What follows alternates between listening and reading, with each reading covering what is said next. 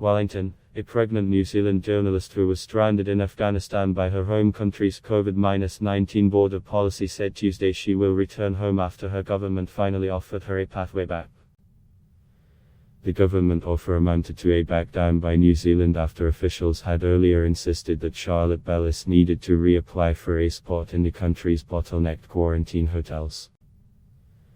Deputy Prime Minister Grant Robertson said Bellis had been offered a voucher for a room. "I will be returning to my home country New Zealand at the beginning of March to give birth to our baby girl," Bellis said in a statement.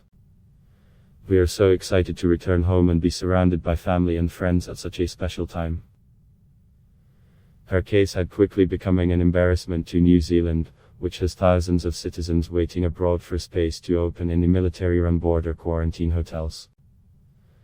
Bellis said she wanted to thank fellow New Zealanders for their support and would continue to challenge the government to find a solution to its border controls.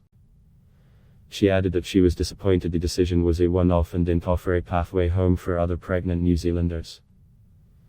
She said on Sunday that each day was a battle. Now 25 weeks pregnant, she said she had tried without success to enter New Zealand via a lottery-style system and then applied for an emergency return, but was rejected. Chris Bunny, the head of New Zealand's quarantine system, said the new offer was made to Bellis because Afghanistan was extremely dangerous and there was a risk of terrorism.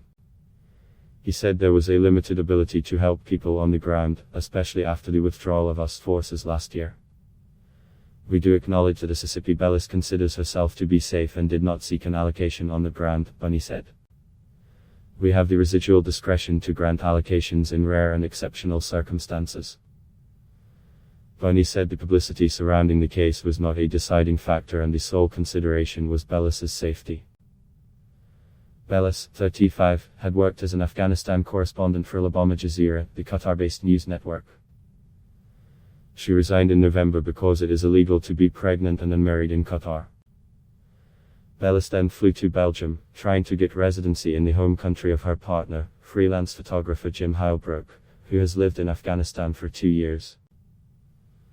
But Bellis said the length of the process would have left her in Belgium with an expired visa.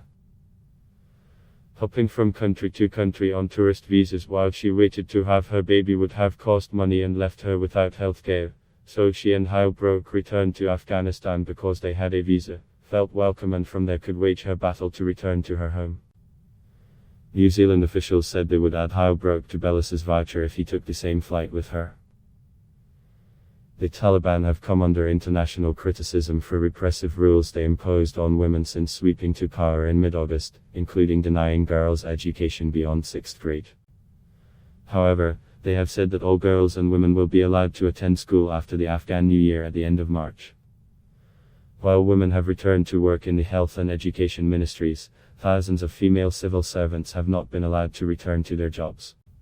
Adblock test why.